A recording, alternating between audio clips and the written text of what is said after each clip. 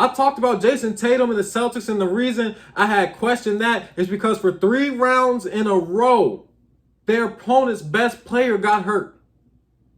3 rounds in a row, from the first round to the second round to the conference championship, the opponent's best player got hurt. The very best player on the team. This isn't the same situation. It's about who's in front of you. And who was in front of the Thunder? When they were in front of the Thunder, they were healthy and they lost. And welcome back to Mischief Entertainment, man. If you clicked on this video, you know you're on MVP Sports, man. Welcome back, welcome back. And listen, today we are going to talk about the Thunder and the fact that they pulled off winning the NBA championship, man. First of all, congratulations to OKC Thunder. They got it done. They now have an NBA championship. They survived the playoff gauntlet, and you know, they took it home, man. So we're going to be talking about ring culture a little bit and the legitimacy of this title that OKC just won, because I feel like I see a lot of things online where people want to talk about injuries and try to frame the way that OKC won this title in a certain light. So we're going to talk about that, man. And let me just say, as someone who's doubted the Thunder all postseason long, you know, trying to figure out if they were ready or not, I think anyone questioning their title legitimacy is completely crazy. Now, look, I've talked about KD and his rings. I've talked about Jason Tatum and the Celtics and that run they had to win the championship, man. So let's break down this postseason run by the Thunder. We're going to go round by round. First round, the Thunder play the Memphis Grizzlies. Ja Morant didn't get injured till Game 3. And his team lost essentially a 30-point lead to the Thunder to lose and go down 0-3. The Grizzlies weren't beating the Thunder. We all knew the Grizzlies weren't beating the Thunder. We knew before they even played a single game that the Grizzlies weren't going to beat the Thunder.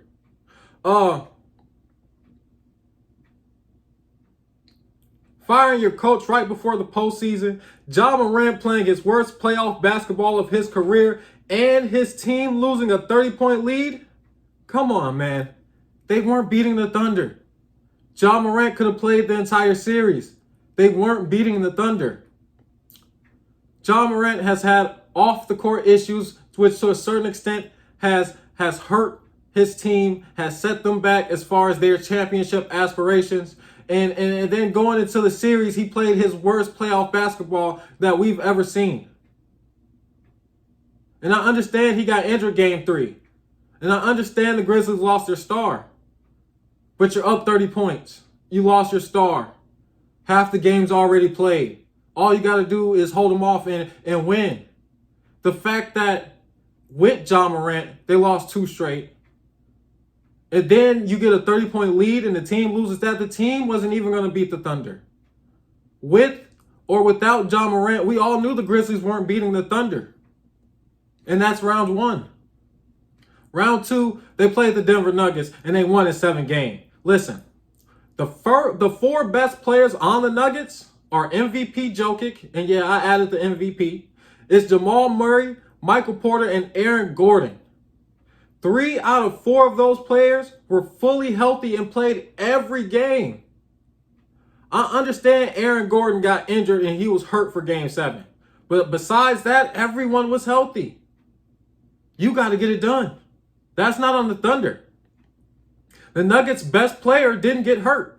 MVP Joker, he wasn't hurt. I talked about Jason Tatum and the Celtics, and the reason I had questioned that is because for 3 rounds in a row, their opponent's best player got hurt. 3 rounds in a row, from the first round to the second round to the conference championship, the opponent's best player got hurt. The very best player on the team.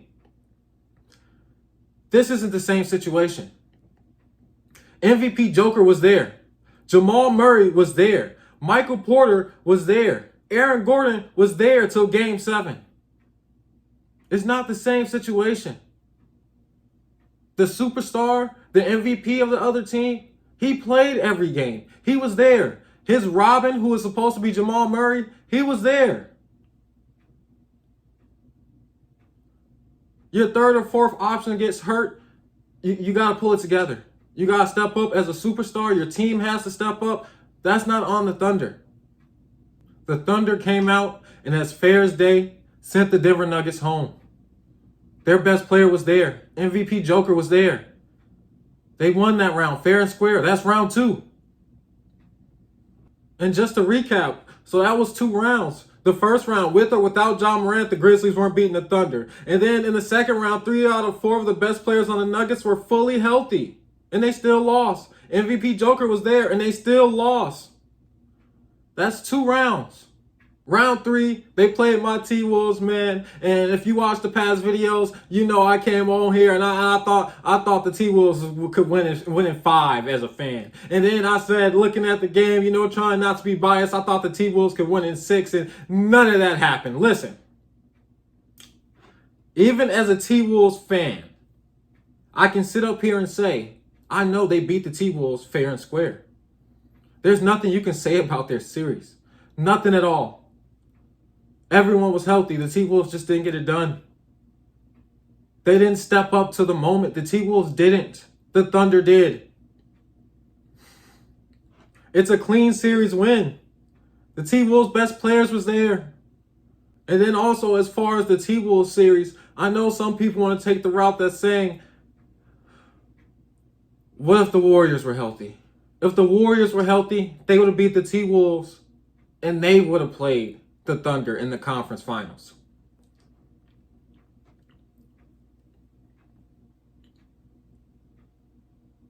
And what I got to say to that is it's a gauntlet. It was the Warriors.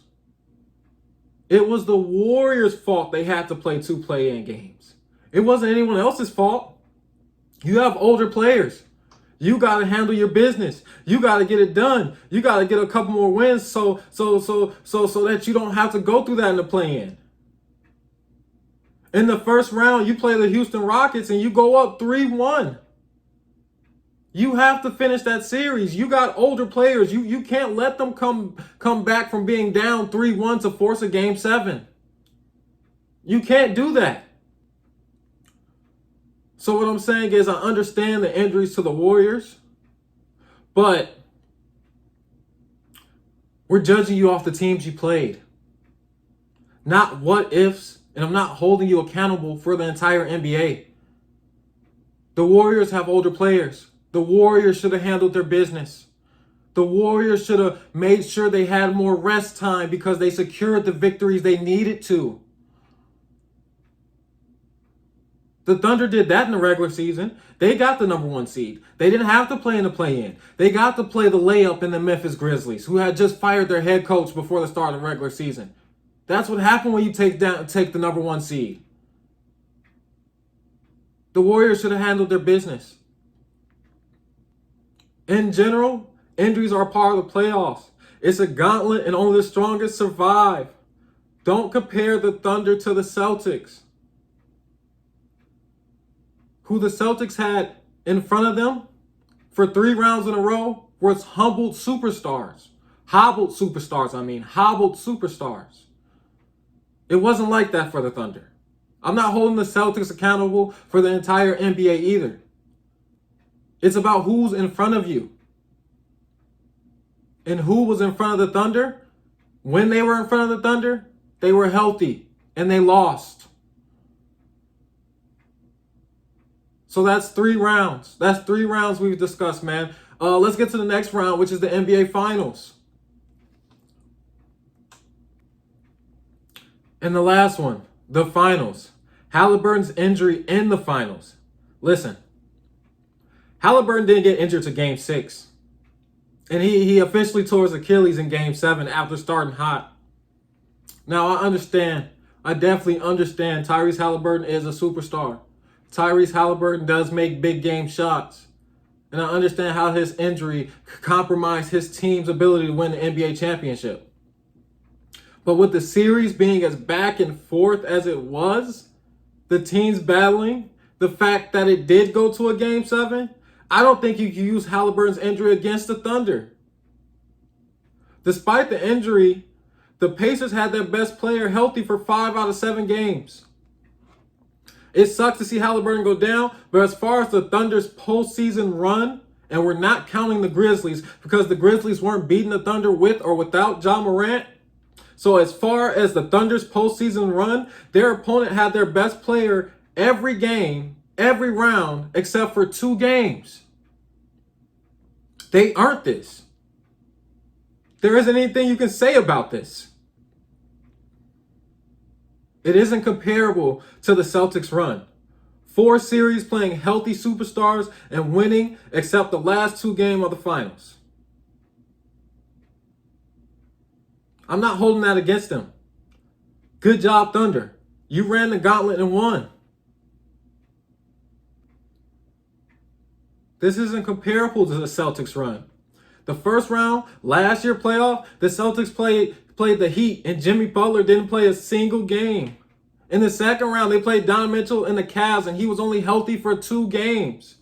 In the conference championship, they played the Pacers and Tyrese Halliburton gets hurt game 2, only playing 1 full game healthy.